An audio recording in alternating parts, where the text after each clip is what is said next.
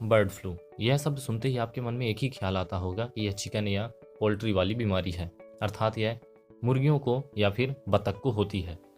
ऐसा इसीलिए क्योंकि इस बीमारी के केसेस ज़्यादातर पक्षियों में ही देखने को मिलते हैं। किसी अन्य जानवर में यह बीमारी बहुत ही कम देखने को पाई जाती है।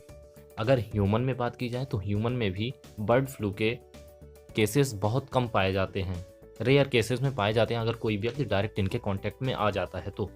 इस बीमारी को हम कोरोना वायरस जैसा भी कह सकते हैं, क्योंकि कोरोना वायरस केवल इंसानों को हो रहा था जबकि अन्य जानवरों में इसके केसेस बहुत कम पाए जा रहे थे। ठीक उसी तरह बर्ड फ्लू भी केवल और केवल पक्षियों में हो रहा है, इंसानों में उसके लक्षण या केसेस बहुत कम देखने को मिलते हैं। बर्ड फ्लू को लेकर आपके भी मन में ढेर सारे सवाल होंगे कि क्या यह इंसानों को भी संक्रमित कर सकता है, अगर करता है तो इसके कौन कौन से लक्षण दिखाई देते हैं और इसे कैसे ठीक किया जा सकता है, इसका ट्रीटमेंट क्या है। इन्हीं सब बातों को जानने के लिए वीडियो को लास्ट तक जरूर देखिएगा, और अगर आपने अभी तक हमारे चैनल को सब्सक्राइब नहीं किया तो इसे सब्सक्राइब करके बेल आइकन जरूर दबाएं।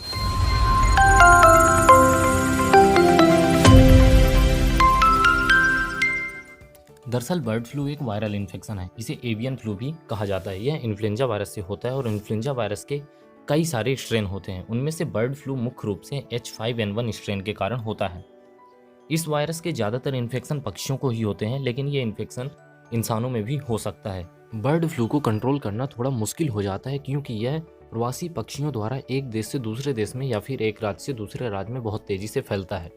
अगर हम इंसानों में इसके संक्रमण की बात करें तो इससे संक्रमित होने वाले लगभग 60% व्यक्तियों की मृत्यु हो जाती है, क्योंकि यह ठीक कोरोना वायरस की तरह हमारे रिस्पायरेटरी सिस्टम को डैमेज कर देता है। ज़्यादातर मामलों में देखा जाए तो मनुष्य में बर्ड फ्लू एक गंभीर समस्या बनकर उभरता है, जिसका इलाज किसी भी हालत में घर पर संभव नहीं है, क्योंकि यह एक वायरल इन्फेक्शन होता है। बर्ड फ्लू से सतर्क रहने और इसके इलाज के लिए सबसे बेहद ज़रूरी होता है कि आपको पहले इसके लक्षण का पता चल जाए तो आप इसका इलाज आसानी से करवा सकते हैं। तो अगर हम इसके लक्षण की बात करें तो इसके कुछ सिंपल से लक्षण आते हैं, जैसे कि बुखार आना, बेचैनी होना, शरीर में दर्द होना, सर्दी और गले में खराश होने जैसी समस्याएं बर्ड फ्लू के शुरुआती लक्षणों में से एक हैं। कई बार पेट में दर्द की समस्या, सीने में दर्द और पेट संबंधी समस्याएं और दस्त की समस्या भी होने लगती है। ऐसी सिचुएशन में आपके मन में एक सवाल जरूर आता होगा कि क्या बर्ड फ्लू के दौरान चिकन और पोल्ट्री प्रोडक्ट खाना सेफ होता है। अगर पोल्ट्री प्रोडक्ट और चिकन को अच्छे से साफ करके पकाया गया हो तो यह खाना सेफ होता है, क्योंकि हीट में यह वायरस कमज़ोर पड़ जाता है और काफ़ी हद तक खत्म भी हो जाता है।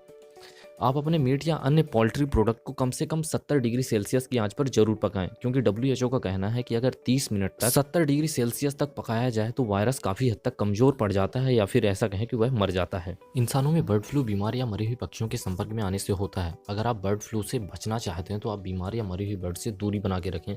साथ ही अगर आप बर्ड्स को हाथ लगाते हैं तो हाथ लगाने के बाद अच्छे से हाथों को साबुन से धोना चाहिए। अगर आप नॉनवेज खाते हैं तो अंडा और चिकन को खाने से पहले अच्छी तरह से पकाएं।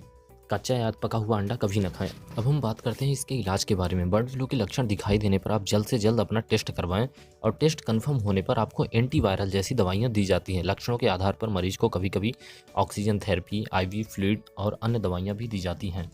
साथ ही अगर बीमारी ज़्यादा ही सीरियस हो जाए तो मरीज को वेंटिलेटर पर भी रखा जाता है, क्योंकि यह आपके सांस लेने की समस्या में प्रॉब्लम उत्पन्न करने लगता है, क्योंकि आपके रिस्पायरेटरी सिस्टम को डैमेज कर देता है। इसीलिए आपको वेंटिलेटर पे भी रखना पड़ता है।